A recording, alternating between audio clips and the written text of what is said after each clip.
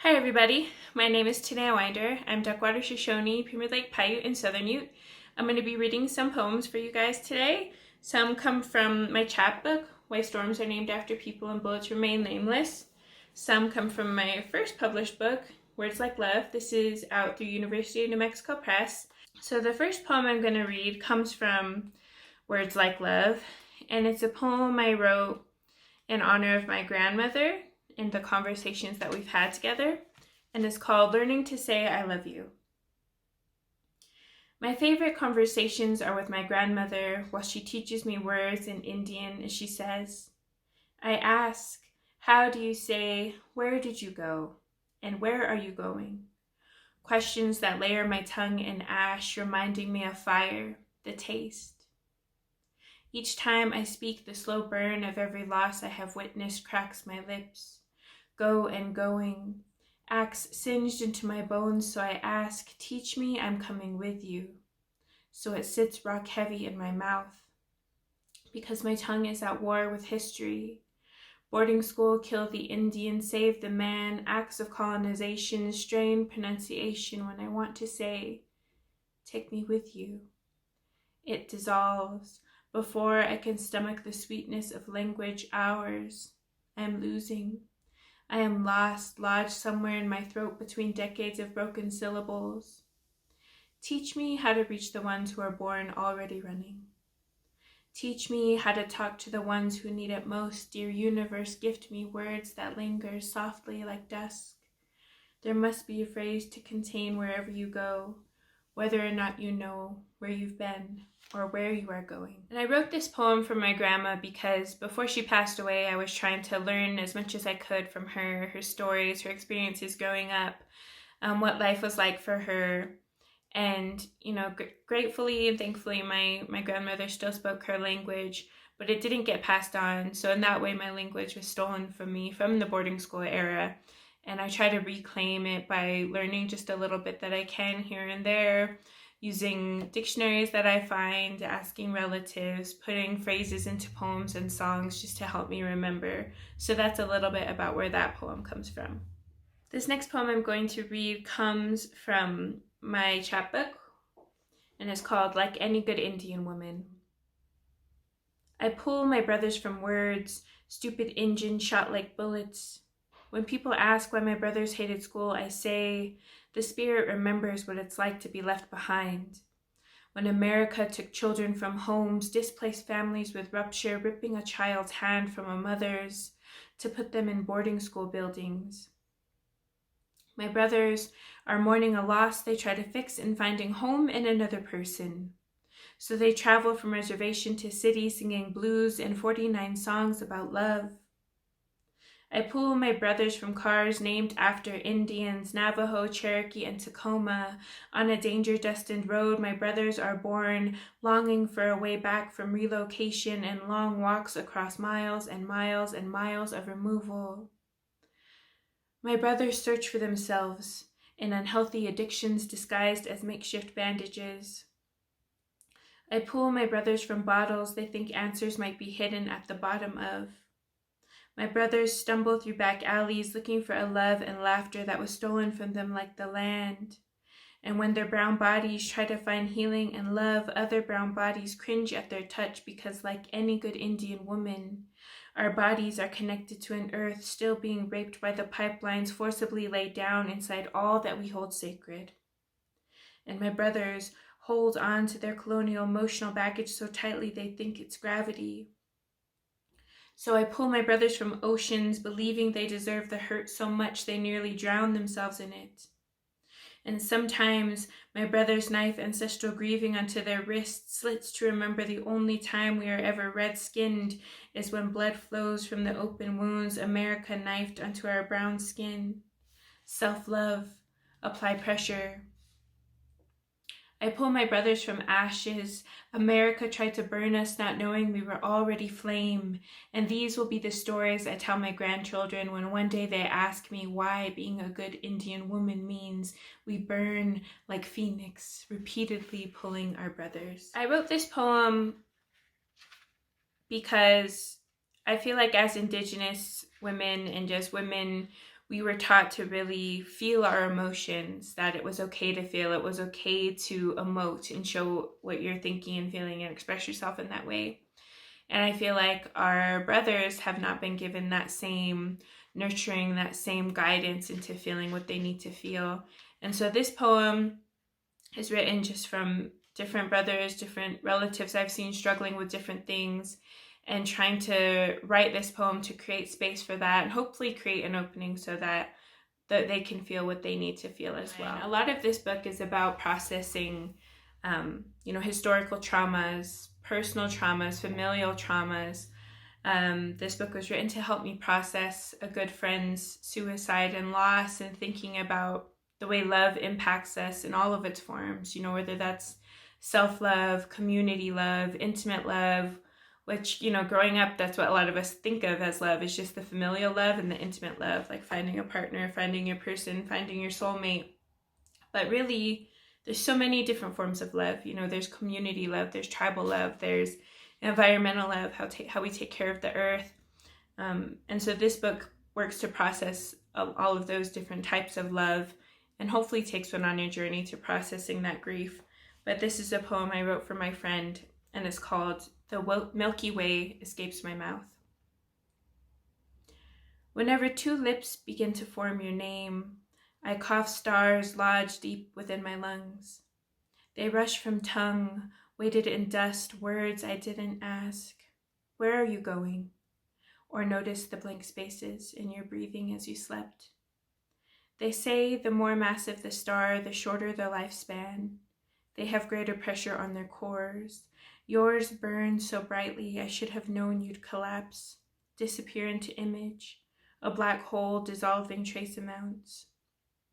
I am left stargazing, 5 times a day for years. Catalog phrases, chart each word, label every facial expression. Telescope until my eyes bleed constellations. Even then, I can't navigate my way into understanding light years, how we let darkness slip in. Is it madness to wonder if it ever really happened? You, a shadow never leaving until I inserted continents between us. I lost you in the crevice between night and day. You died while I was sleeping, dreaming of a galaxy far, far away, where love eclipses. A rising tide of longing fills my body, bones, the ribs sheltering this cave within me echoing. Each night I open mouth sky wide to swallow stars and sing to the moon, a story about the light of two people who continue to cross and uncross in their falling, no matter how unstable in orbit. This next poem is also available at the Poetry Foundation, and it comes from one of my experiences pre-COVID doing workshops with youth, and this was one reservation in particular. I usually do a prompt to start with the kids writing, and I say, if you could have any superhero power, what would it be and why? And that kind of springs our poem. And this was the first time I had every Indigenous girl write invisibility. At the time, I was also working on helping to raise awareness about the epidemic of murdered and missing Indigenous women with an earring exhibit co-created by myself and a group of other Indigenous women. And with all of that on my mind, it sparked this poem. It's called Love Lessons in a Time of Settler Colonialism, and it has an epigraph by First Nations poet, activist, author Leanne Simpson. I am not murdered and I am not missing, but parts of me have been disappeared. They too know all too well that some cracks were built just for us to fall through. We live in a world that tries to steal spirits each day. They steal ours by taking us away. From industrial schools to forced assimilation, genocide means removal of those who birth nations. Our living threatens. Colonization has been choking us for generations. I tell my girls they are vessels of spirit, air to lungs expanding. This world cannot breathe without us. There are days I wish I didn't have to teach these lessons, but as an Indigenous woman, silence is deadening. There is danger in being seen. Our bodies are targets marked for violence. We carry the earth's me too inside us, a howling wind. Our mothers and their mothers swallowed these bullets long ago. The voices ricochet, I wish I was invisible, I wish I were invisible, I wish, echoes in my eardrums.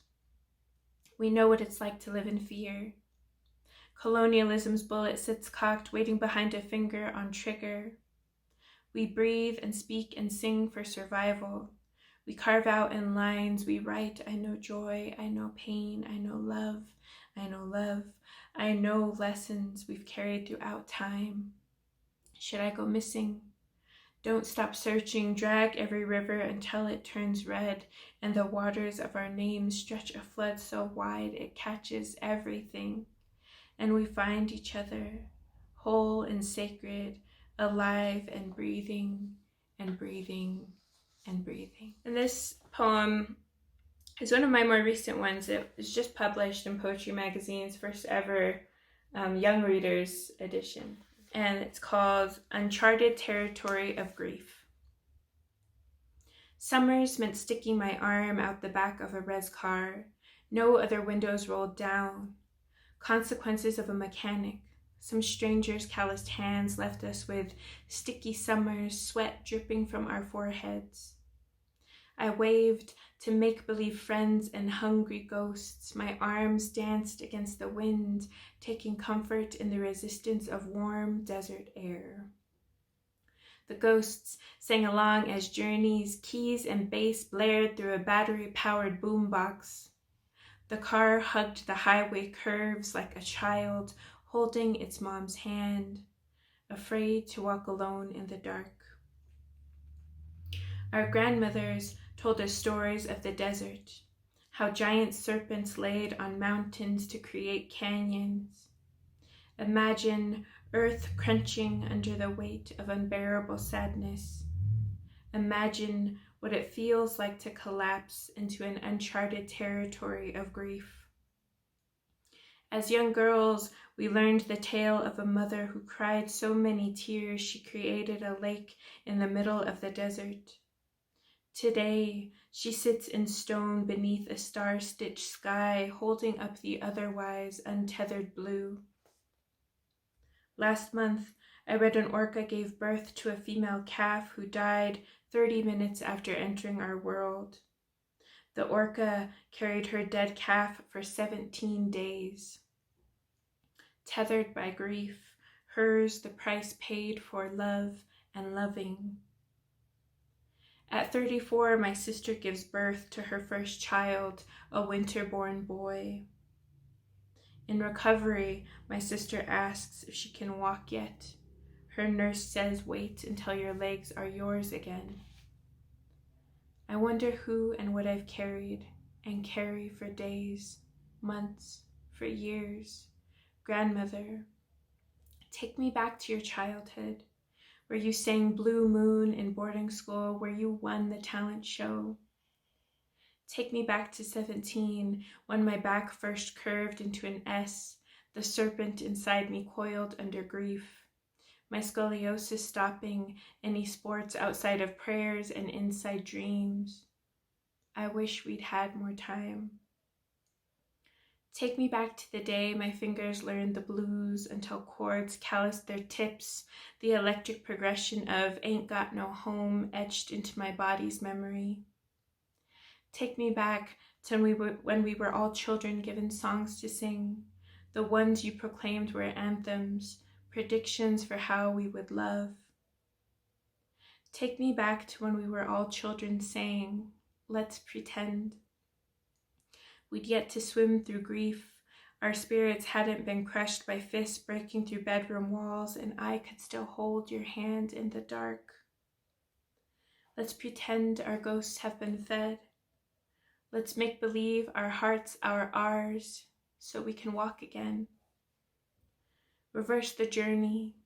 Play back the boombox. Rewind the cassette tape to our favorite part where we all sing along to the na na na na na nas, until my lungs can remember what it's like to breathe in a world where you are still here, and I am still waving at ghosts through the back window singing Now it's your turn, girl, to cry. Thank you.